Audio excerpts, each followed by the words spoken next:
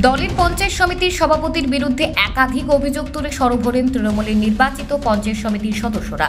অভিযোগকে কেন্দ্র করে তৃণমূলের অন্তর্দ্বন্দ্ব প্রকাশ্যে আসছে মালদার রতুয়া ২ নম্বর ব্লক এলাকায়। পঞ্চায়েত সমিতির কাজকর্ম পরিচালনা নিয়ে রতুয়া ২ নম্বর পঞ্চায়েত সমিতির সভাপতি আমির উদ্দিনের বিরুদ্ধে অভিযোগ তুলে সরব হলেন তৃণমূলেরই পঞ্চায়েত সমিতির একাধিক সদস্য সহ কর্মাধ্যক্ষরা। একই অভিযোগ বিরোধী সদস্যদের। তৃণমূল পরিচালিত পঞ্চায়েত সমিতির সভাপতির বিরুদ্ধে জেলা প্রশাসন ও দলের রাজ্য নেতৃত্বের কাছে অভিযোগ দায়ের করেছেন তৃণমূলেরই সদস্যরা। এ বিষয়ে তৃণমূলের পঞ্চায়েত সমিতির পূর্ত কর্মাধ্যক্ষ মোহাম্মদ নঈমুদ্দিন বলেন, গতকাল আমরা অনেকজনই ছিলাম, আমাদের পঞ্চায়েত সমিতির মেজরিটি কর্মাধ্যক্ষ যারা আছি এবং সহকারী সভাপতির প্রতিনিধি উনিও ছিলেন আমাদের সাথে। শুধু আমরা কালকে প্রশাসনে নয়, আমরা 1 মাস আগে আমরা আমাদের দলীয়ভাবে রাজ্যের যিনি আমাদের দলীয় দায়িত্ব রয়েছেন শ্রী সুব্রত বক্সী মহাশয়, ওনাকে আমরা লিখিতভাবে একটা পিটিশন দাখিল করি যে আমির উদ্দিন আমাদের যে পঞ্চায়েত সমিতির সভাপতি, উনি দলীয়ভাবে নির্বাচিত সভাপতি নন।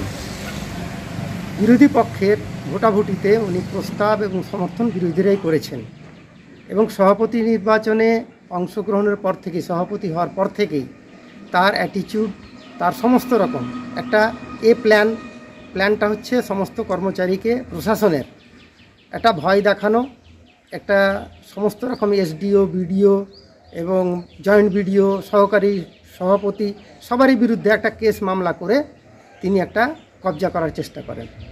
তবে শুধু তৃণমূলের পঞ্চায়েত সমিতির কর্মাধ্যক্ষরাই নন, তৃণমূলের পঞ্চায়েত সমিতির সভাপতির বিরুদ্ধে একাধিক অভিযোগ তুলে সরব হলেন রতুয়া ২ নং পঞ্চায়েত সমিতির বিরোধী দলনেতা আব্দুল মান্নান। না, অভিযোগটা করেছি ঠিকই, কারণ আমি তো দলনেতা, বিরোধী দলের দলনেতা, এবং আমরা যেটা সবসময় চাইছিলাম, যেহেতু আমরা ওনার নাম প্রস্তাব করেছিলাম বিরোধীরা এবং আমরাই সমর্থন করেছিলাম বলে উনি সভাপতি হতে পেরেছিলেন। তৃণমূল দলের সভাপতি নাম অন্য লোকের প্রস্তাব হয়েছিল, কিন্তু যেহেতু আমরা করলাম বলে উনি সভাপতি হয়ে গেলেন। তারপরে সভাপতি হওয়ার পর উনাকে যখন জিজ্ঞেস করেছিল সাংবাদিক, উনি বলছেন যে কে বা কারা প্রস্তাব করেছে আমি জানি না। মানে উনি কত বড় বেঈমান, কত বড় গুড ফর নাথিং লোক যে এই ধরনের কথা বলতে পারে। একটা লোক প্রস্তাব করলো, সমর্থন করলো তার হয়ে, তৃণমূল দল কিন্তু প্রস্তাব করেনি এবং পরে ওরা সমর্থন করেছিল যে আমাদের সভাপতি হয়ে যেতে পারে।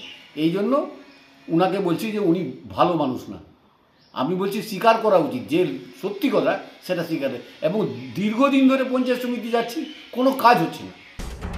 যদিও সমস্ত অভিযোগ ভিত্তিহীন বলে উড়িয়ে দিয়ে উল্টে অভিযোগকারীদের বিরুদ্ধেই দুর্নীতির অভিযোগ তুলে সরব হয়েছেন তৃণমূল পরিচালিত রতুয়া ২ নং পঞ্চায়েত সমিতির সভাপতি আমির উদ্দিন।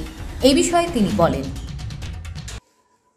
প্রথম কথা, আমি একটা দল করেই এসেছি সারা জীবন শিক্ষকতা করার সঙ্গে সঙ্গে, এবং ন্যাশনাল অ্যাওয়ার্ড পেয়েছি। সোশ্যাল অ্যাক্টিভিস্ট হিসাবে এখানে বহু যথাযথ পরিচিত।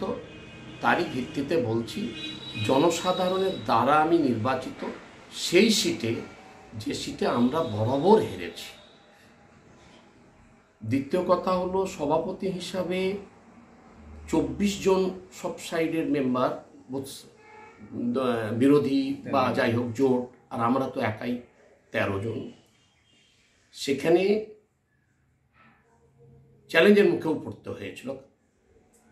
24-এর মধ্যে 22 জন আমাকে মেম্বার নির্বাচিত করেছেন। মালদা থেকে পরিতোষ সরকারের প্রতিবেদন, নিউজ টুডে।